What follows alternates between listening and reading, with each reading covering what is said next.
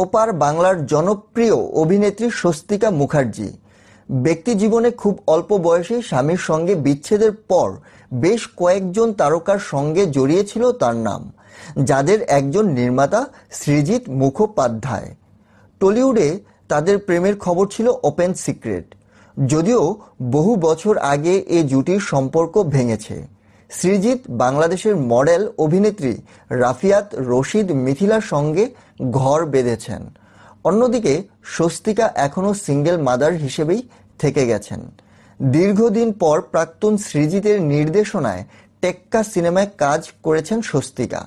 এতে অভিনয় ও প্রযোজনাও করেছেন দেব।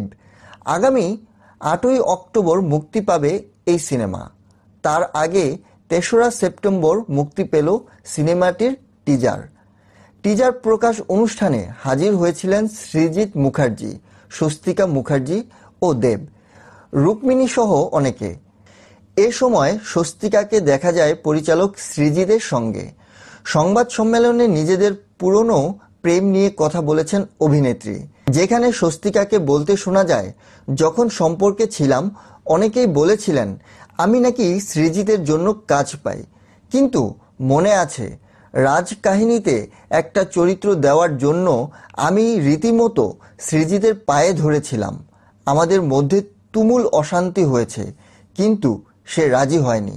এটাই আমাদের প্রেম ভাঙার মূলত কারণ হতে পারত। সৃজিত কখনো সম্পর্কের খাতিরে কাউকে কাজ দেয়নি। তিনি আরও বলেন, সৃজিতের সঙ্গে আমার করা প্রতিটি কাজ দর্শকের পছন্দ হয়েছে। ভবিষ্যতেও আবারও কাজ করলে নিশ্চয়ই পছন্দ হবে। অন্যদিকে সৃজিত মুখোপাধ্যায় বলেন, আমার বহু প্রেম হয়েছে, শুধু স্বস্তিকা নয়।